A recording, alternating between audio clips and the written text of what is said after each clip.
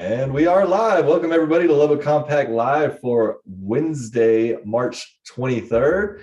And we had a little bit of change in plans this evening. We were supposed to have a guest, Miss Bethany Luna, who is running for LISD School District 4. She is unable to join us this evening, so we're going to go ahead and discuss the updates we have about the UDC. The UDC, of course, is the city's Unified Development Code, and this deals with zoning. And for folks who don't know what zoning is or why it's important, zoning basically determines what you can build in a neighborhood, how it can look, how far things can be from the street, what your parking looks like, all kinds of things like that. So it's really important to at least have some kind of understanding of what's in there. And this process of the Unified Development Code is basically taking all of our zoning ordinances and putting it into one big book, if you will.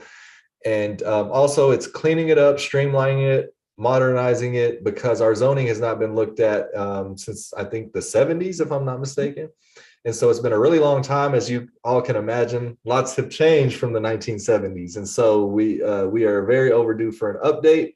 And so that's what we'll be discussing today. Obviously, this is a technical topic. So I'm sure some of you will have some questions, and we are ready to answer those questions. We're watching the comments. And so as always, you can put those comments in the comment section. And so I am your host, of course, Adam Hernandez, with my co-host, Dr. Nick Bergfeld, and he's going to kick us off.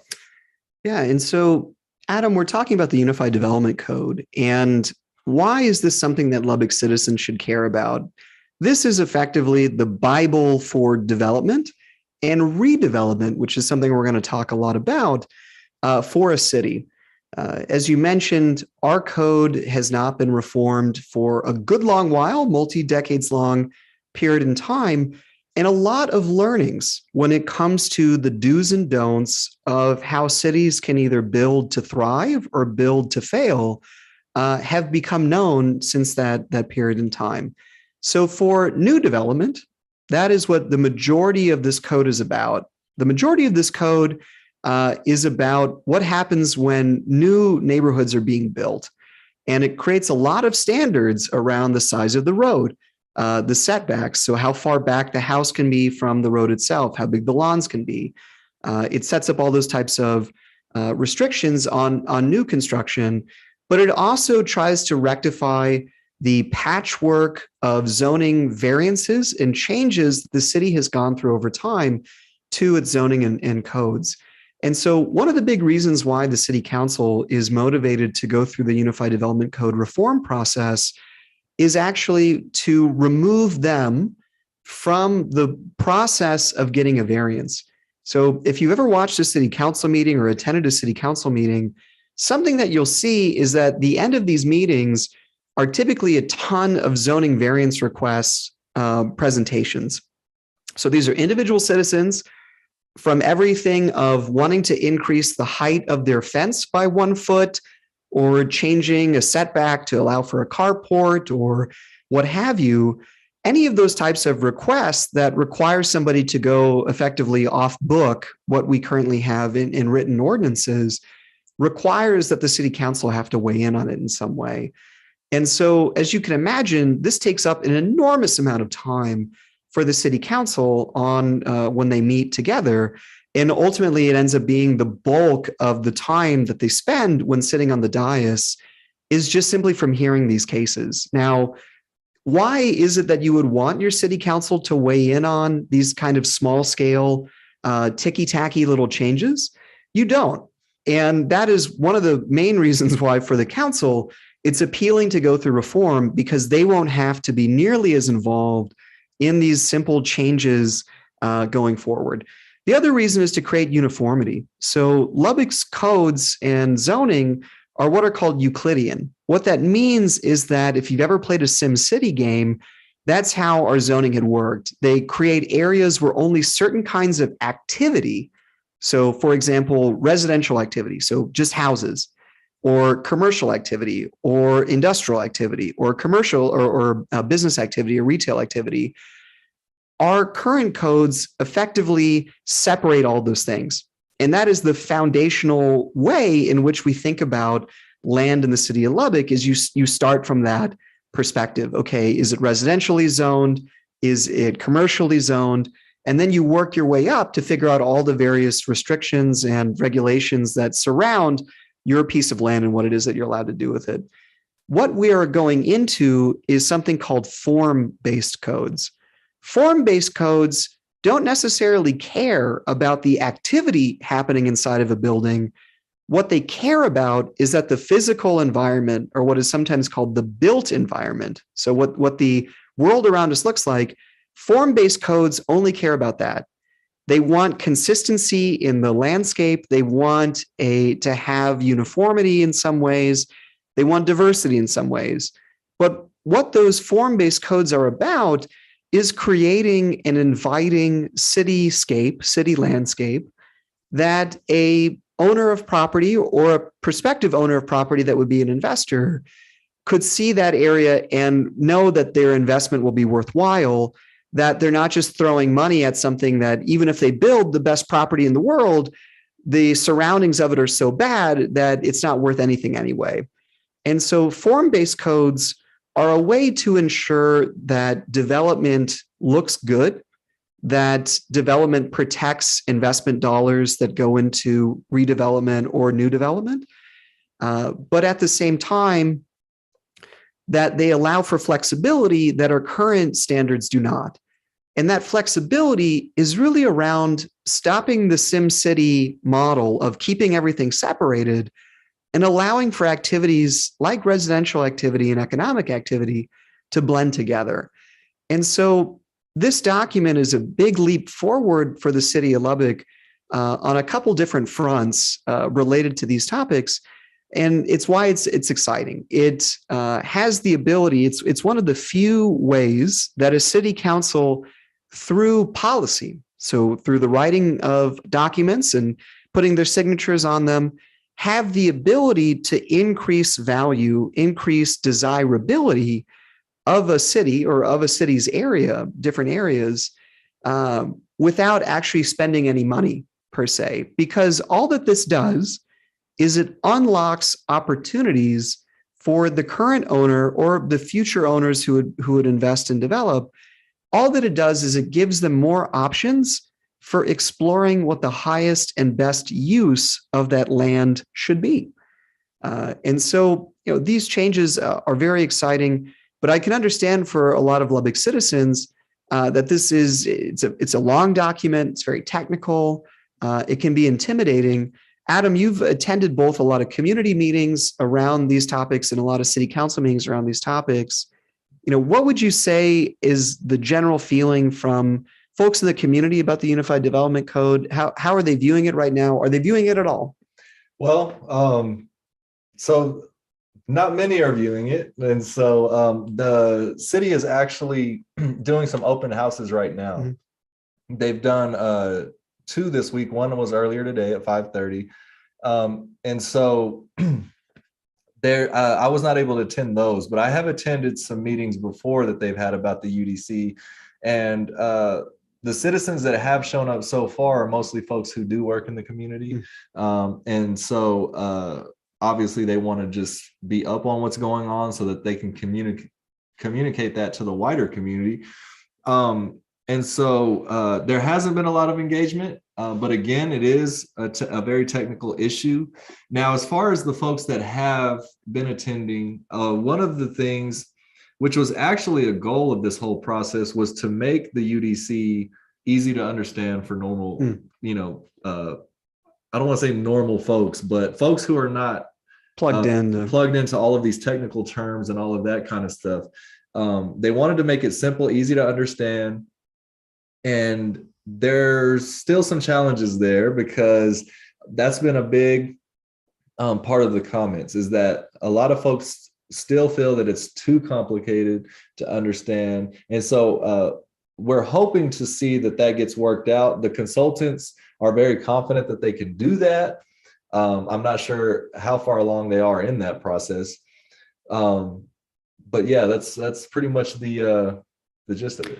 And so we want to break down from our perspective a couple topics that the Unified Development Code could touch on, or currently does touch on, that we think are relevant for the everyday Lubbock citizen to be aware of. And so I want to touch on overlay districts, as well as park dedication ordinance, and then we'll wrap up with amortization.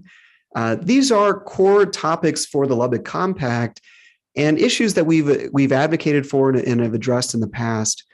So the first is overlay districts. So this is what I was talking about a little bit earlier, this idea of, can we allow certain kinds of neighborhood appropriate activity, neighborhood level retail commercial activity to exist in our older communities?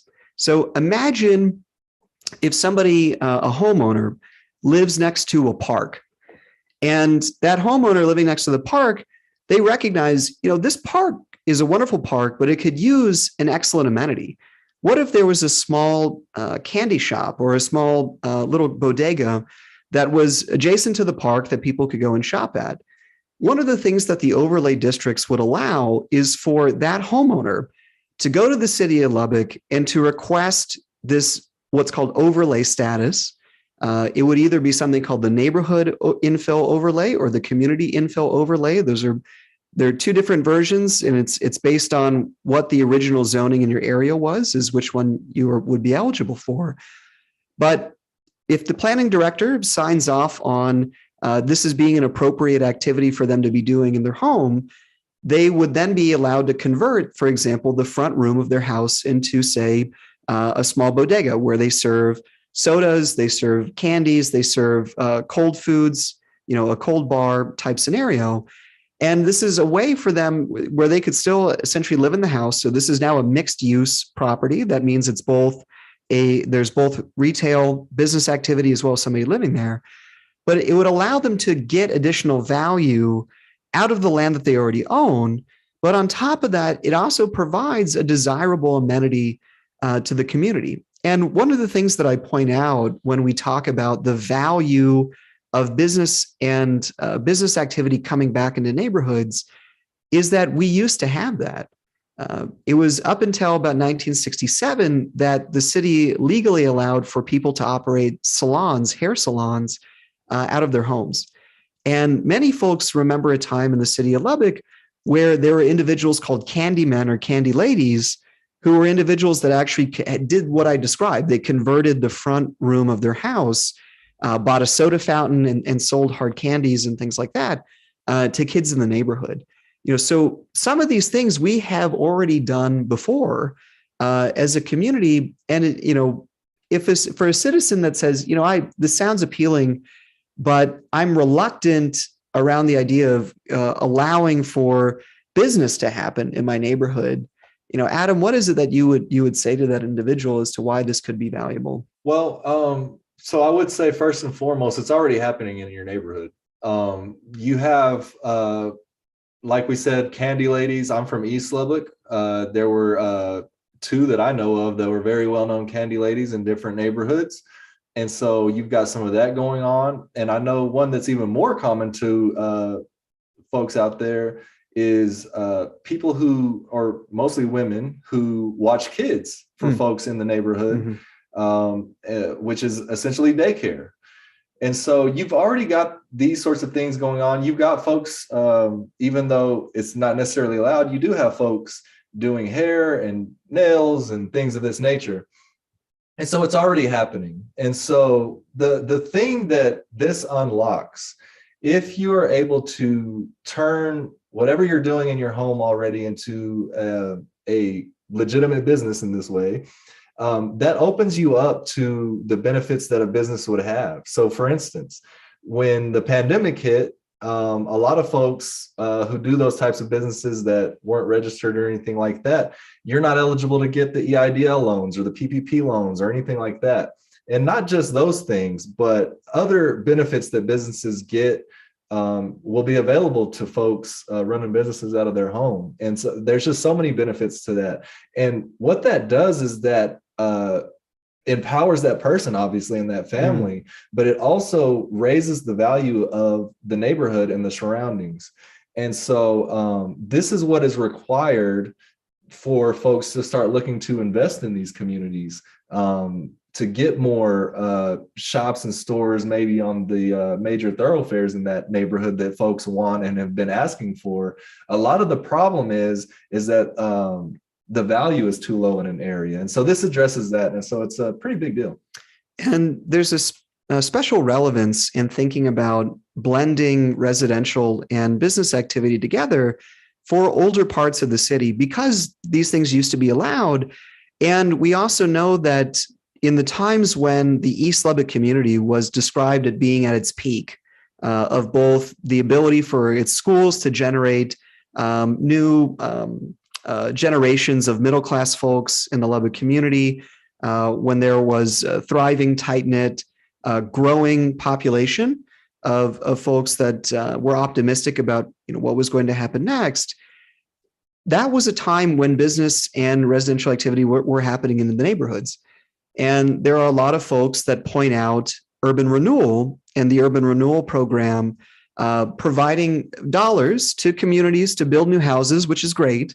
But in exchange for receiving those urban renewal dollars, you had to incorporate this new style of what at the time, this Euclidean zoning that we talked about, which was up and coming at the time.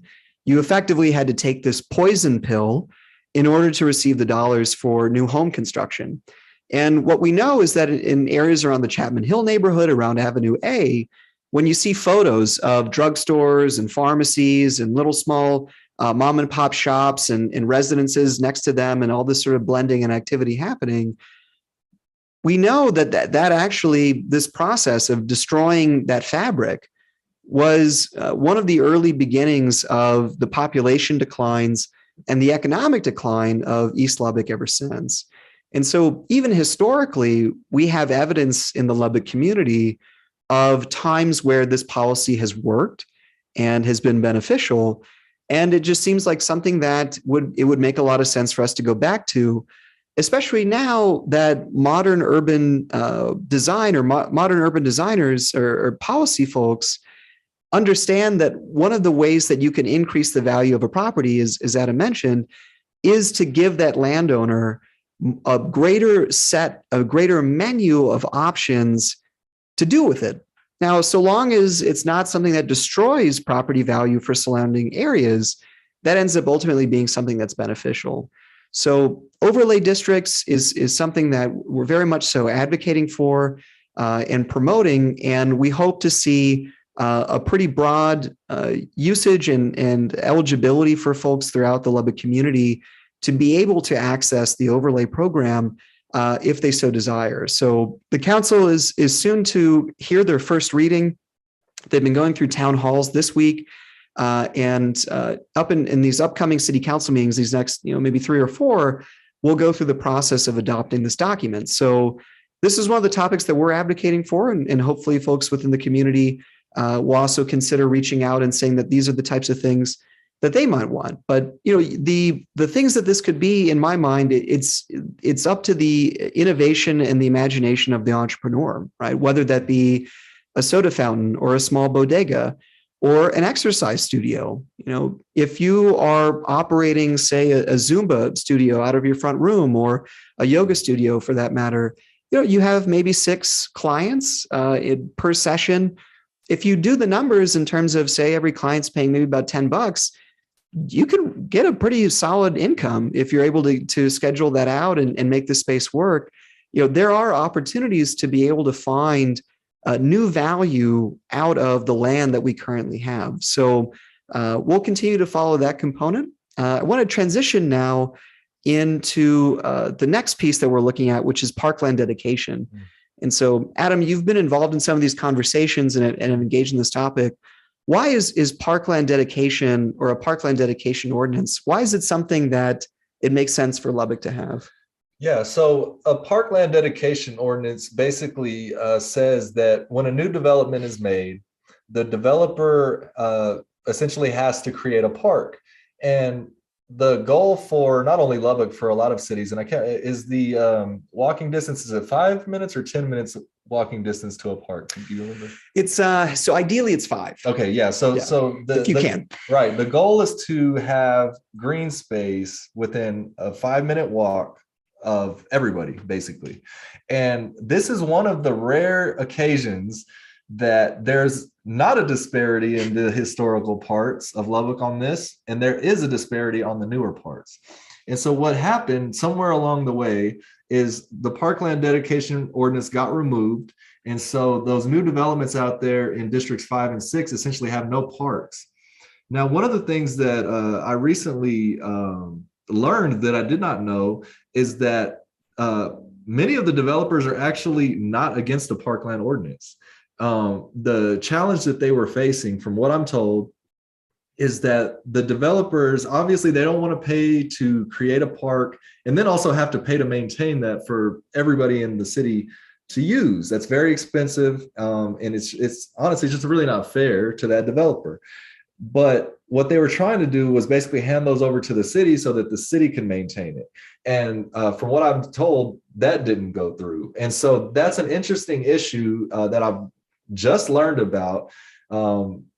But this is another illustration of why it's good to have these conversations with all of these different communities in our city. Of course, we stay tapped in with the folks in the community at large, but also to have these conversations with communities like the West Texas Home Builders or the Lubbock Association of Realtors and these folks, so that we can see kind of behind the scenes what's going on, what are the challenges, so that we can start to address them. And so that's basically the gist of what a parkland ordinance is about.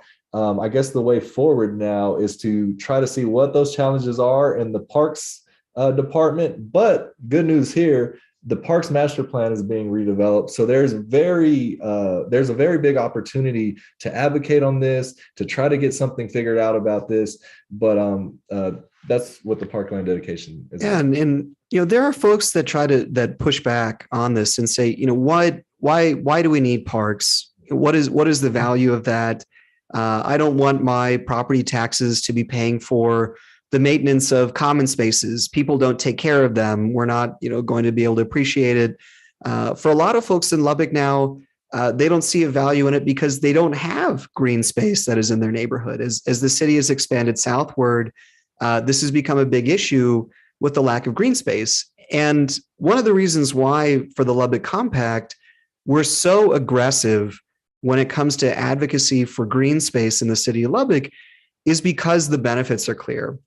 Green space and investing in greenifying your city, which would be anything from increasing the tree canopy, right? So the number of trees, more effective utilization of water runoff for stormwater capture and cutouts of curb cutouts, things like that.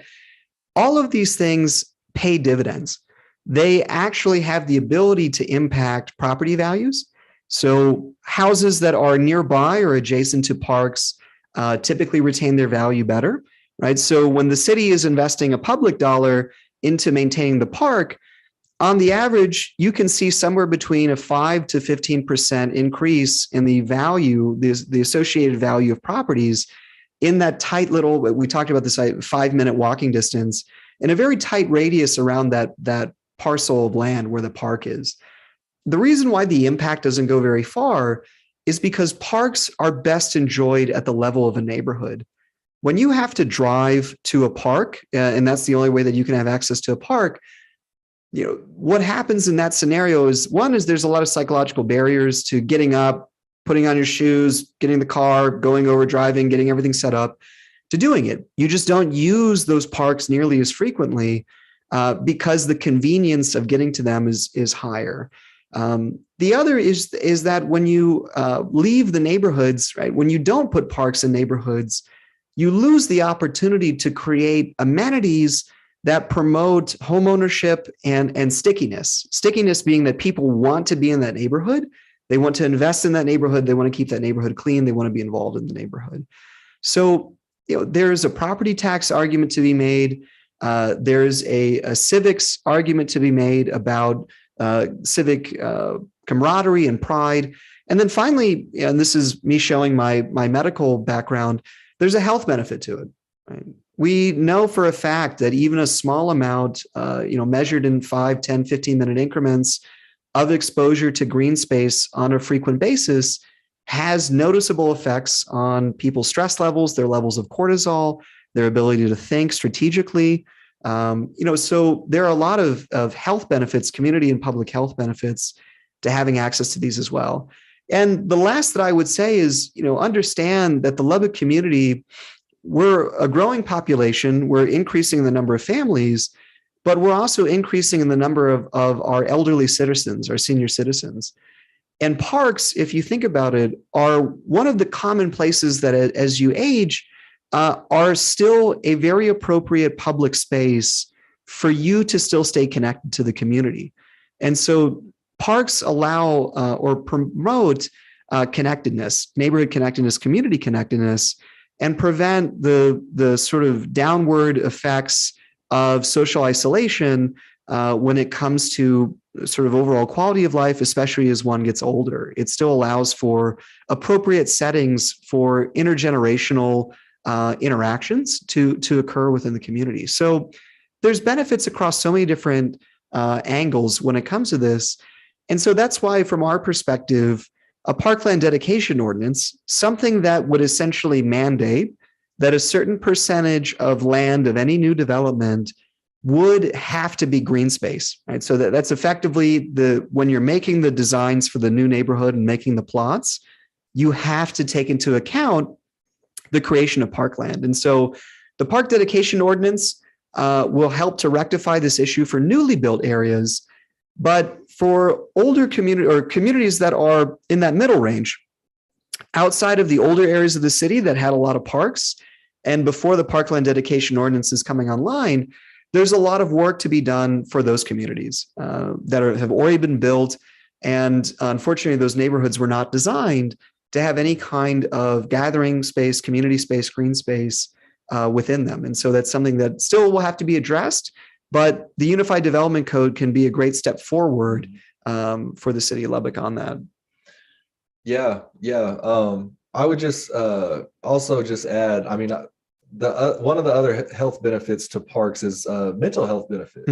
And this is something that, I mean, obviously not just our community, but we do have, I feel like, a large mental health issue in Lubbock, especially with a lot of our younger folks and things like that. And so parks can be a place that can help with some of that. And so again, just so many benefits to it. This is also another reason why we advocate so heavily for the completion of McAllister Park, which is a rather large green space, or will be once it's completed, because that is one of the only ones that's kind of stuck in there, as Nick said, into this place that has none. And so, just very important issue. Yeah. And so we'll wrap up with one that, Adam, you've been heavily involved in the advocacy of this through multiple, not just city council, but actually multiple citizen committees as well, such as the Comprehensive Land Use Plan Committee, the SEAC Committee, the Capital Improvements Advisory Committee, and then the Plan Lubbock 2040. Right? There's a lot of various ways and groups that had to be addressed and engaged in order to have a conversation around amortization. And Adam, why is this important? Why does amortization matter? Why is it that it's something that should be included in a unified development code?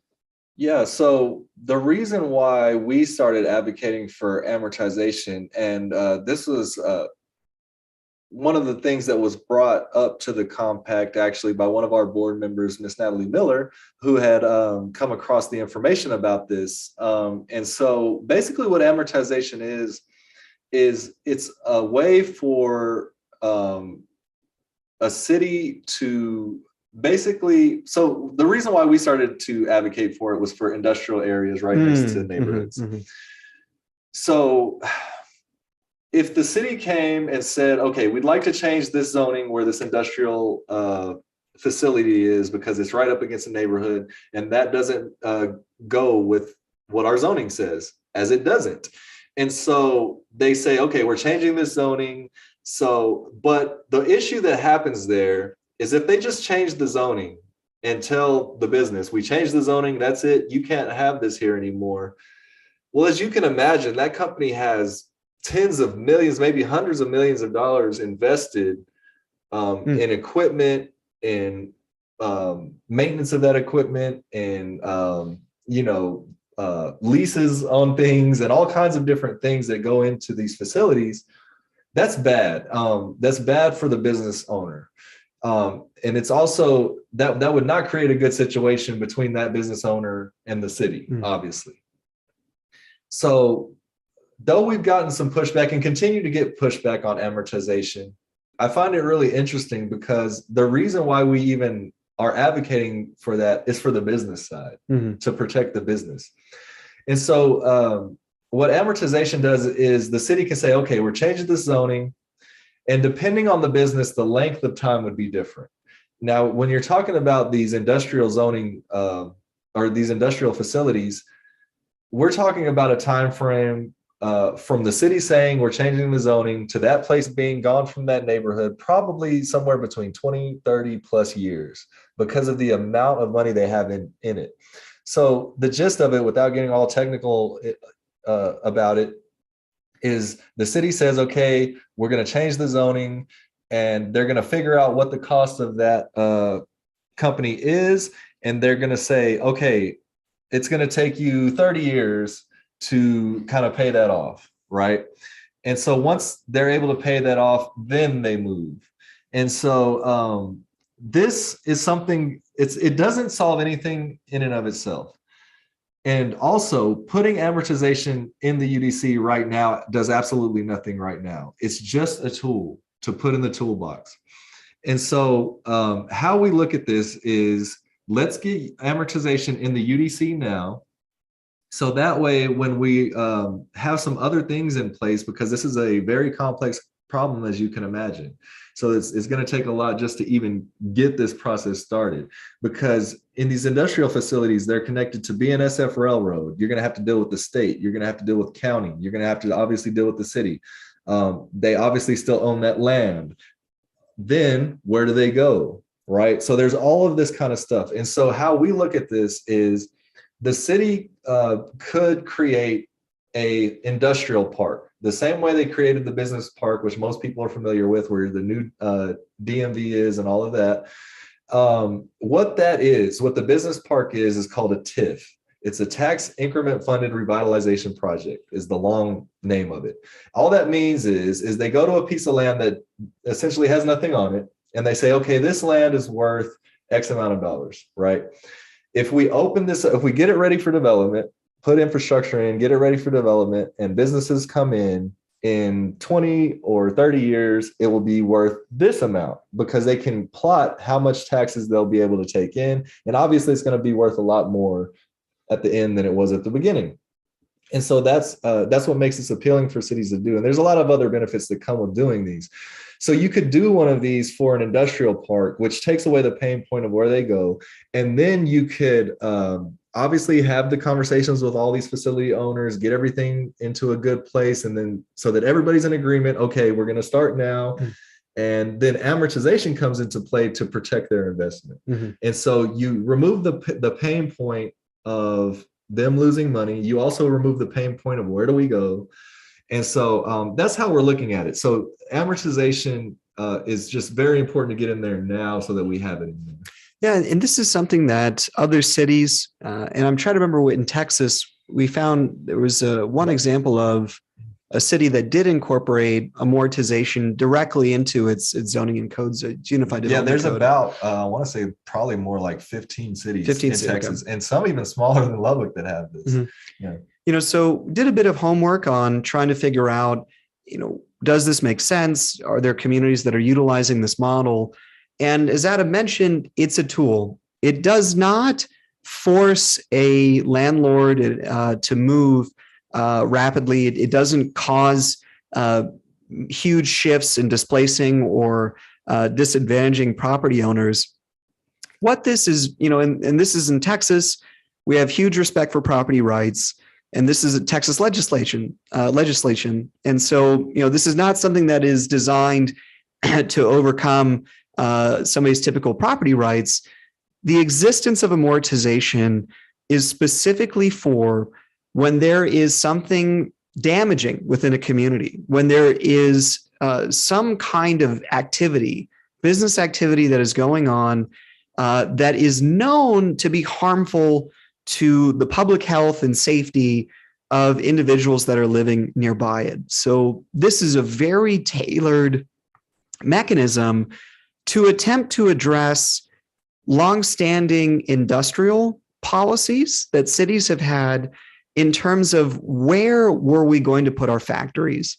What area of town are we going to put the factory? What area of town are we going to put the benzene gas releasing processing facility, the toxic effluent EPA registered toxic release site shop? Where are we going to put this within our community?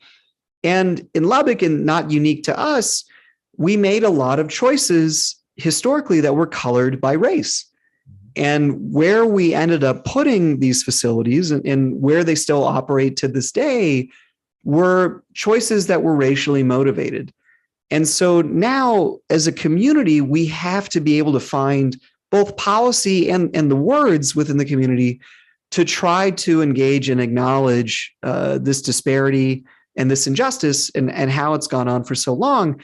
And we finally need pathways and mechanisms to go forward. And even though amortization would take on its own a long time, by being able to show that that is on the books, that exists, it says to the community, this will end one day, that there is a day that this will come to an end, which is something that generations of folks living in North and East Lubbock have never been able to say or have hoped would ever become a reality. Yeah. That is spot on. The reason why I'm so passionate about this industrial issue, as many of you know, I grew up and spent most of my life in historic East Lubbock, east of I-27. And so this has been something that has been talked about for generations. This has also been going on in North Lubbock, where there's concrete batch plants and things of this nature right across the street from folks. And so this has been going on for a really long time. And when I started getting into advocacy, one of the things that really, almost broke my heart was people in the community. When I started to talk about this stuff, their response was basically they had no hope that it would ever change. Right. And so that right there really lit a fire under me to pursue what can we do. Because it's just who I am. I'm not, as hard as something may be, and as long of a process as it may be, just how I've had the most success in my life is being persistent. And so I'm never going to be a fan of something getting hard and then just throwing my hands up and walking away and saying, oh, it just can't be done. And so that's what drove me to really stick in there, deal with all these city boards, as you said. And I'm still having conversations, and these conversations will last way beyond now because this is going to be a long process, but there's many people that need to be consulted, and up to and including those landowners and facility owners. And so they're going to be probably at the tail end. Once we have kind of more of our ducks in a row, we have our story together, and we have everything in place to protect both sides, community, business side, and then just start to have those conversations with them and try to get them to a place where they understand where we're coming from, and then have them hopefully help us in the plan to alleviate it. Again, the goal is not to banish them from the earth or, not have them in Lubbock at all anymore. These places bring value to Lubbock, but we just don't need them. Nobody needs them up against neighborhoods. And many of you also will be familiar with the fact that there was a recent study done from Texas Tech with Dr. Appia and others, where they actually studied this issue, but from a medical documentation standpoint. So they were able to get a hold of not personal, medical records or anything like that, but data of the number of people who had been hospitalized for asthma and allergies, things of this nature, and did that for across the city. And they realized, or what the data showed, is that in the northeastern part of the city, where these facilities are up against neighborhoods, you have the highest concentration here in Lubbock for hospitalizations for asthma and things like that.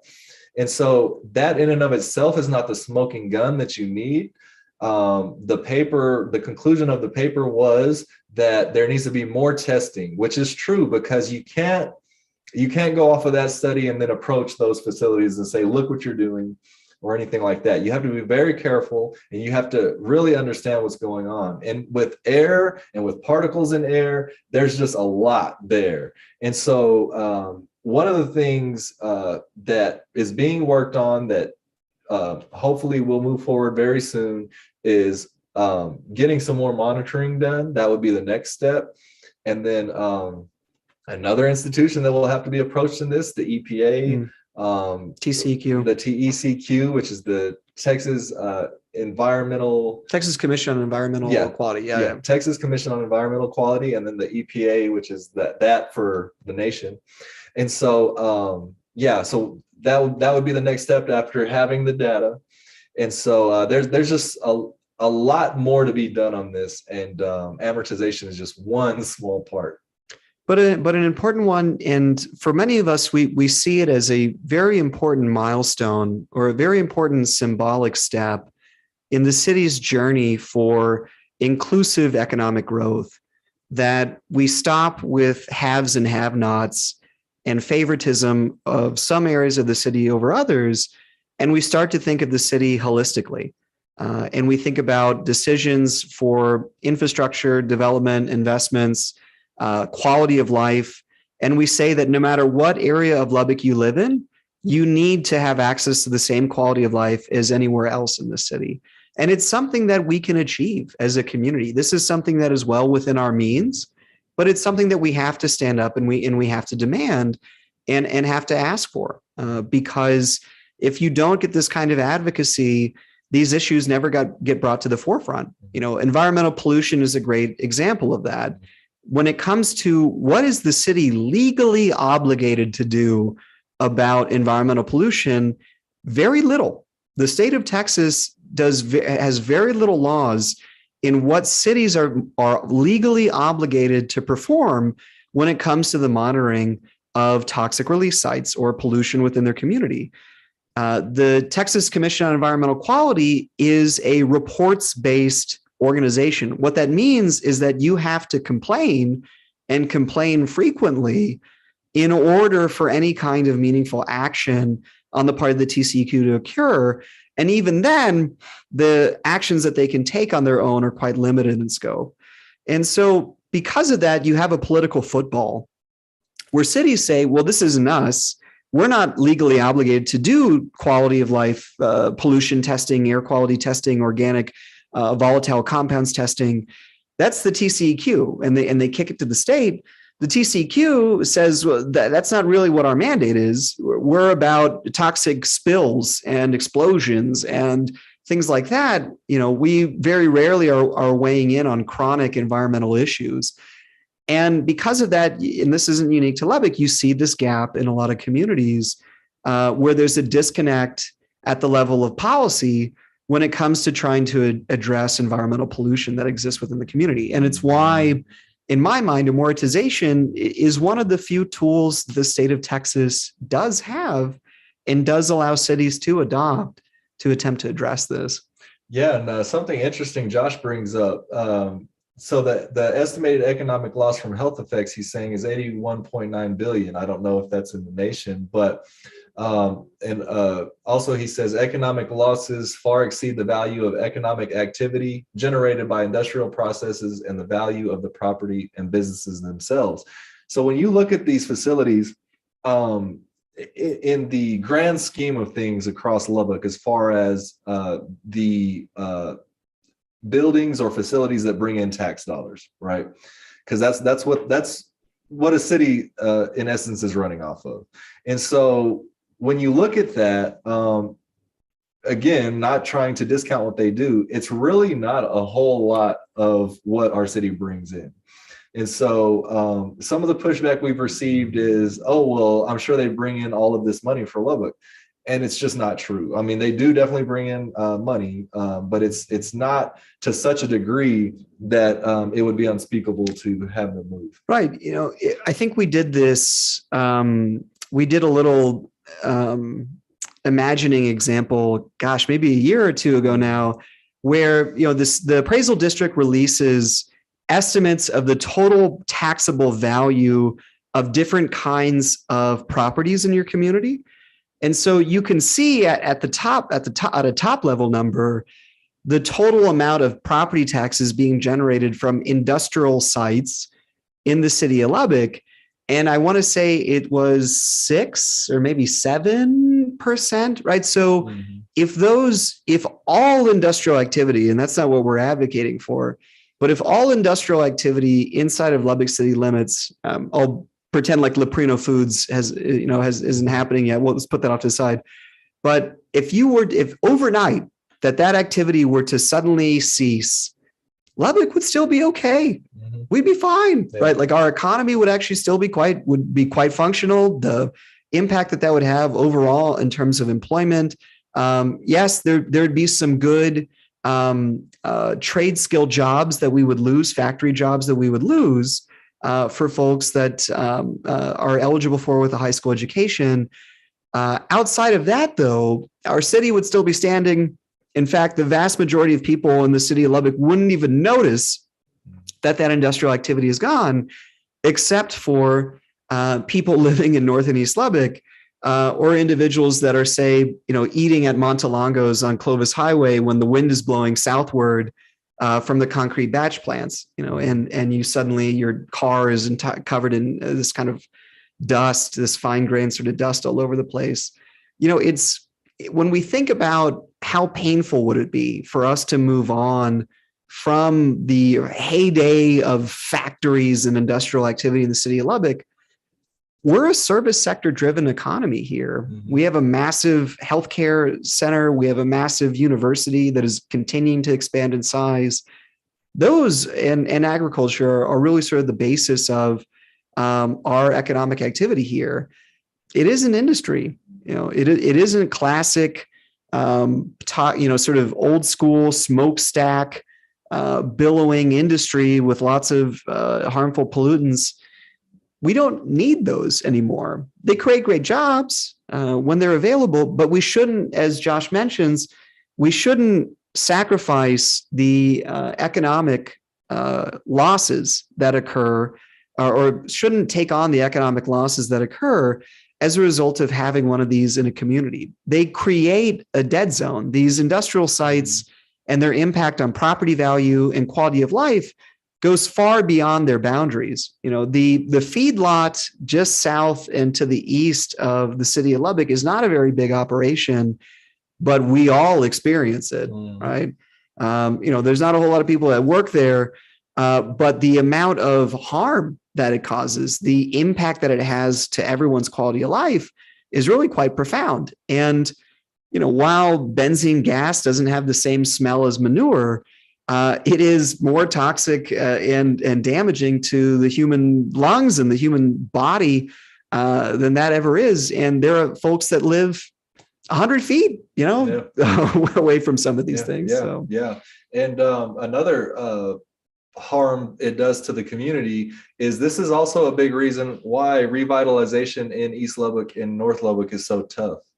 Because, and we've heard this directly from developers' mouths, they're not going to go and invest the number that was given to us. He said, I'm not going to invest 7 or 8 million to make a subdivision that I know I'm not going to sell houses on because it's right down the street from an industrial plant. Right. And so there's all sorts of side effects. And again, we need to be very clear because we are not advocating for these things to go completely away. We just need to reconfigure our city a little bit so that those folks can still continue to operate and do what they do and provide what they provide. And conditions and the outlook for the companies or for the neighborhoods where they leave can be better. And that's really it. There's nothing malicious behind it. We're not trying to raise a bunch of pitchforks and torches and go, take these people out of town. So just that's where we're coming from. Yeah. And so, those are the topics we wanted to touch on today about the Unified Development Code. If any of these things are of interest to you, I strongly encourage you to send an email to your city council member and to Mayor Pope. And if you think, they never listen or sort of things like that, this is a critical moment. There are a lot of decisions that are being made right now on the Unified Development Code and these topics where one or two constituents' emails are going to make a big difference. And so we were talking about amortization, we talked about a park dedication ordinance, and we talked about overlay districts and making sure that folks throughout the city of Lubbock, as broadly as possible, would be eligible for utilizing overlay districts if they so desired. And so, your email, your response, connecting with your city council, with the mayor on this topic can make a world of difference right now when it comes to seeing these things getting passed or getting diluted or getting removed as the conversation moves forward. Yeah, so that's our show for today. We will go ahead and wrap it up now. Thank you, everybody, for tuning in. I know it was short notice. We had to change our program up a little bit, but we pulled it off. We got it done. And so we are at the end now. And so thank you all. And of course, this is your weekly reminder to join your neighborhood association. And we will see you back here next time.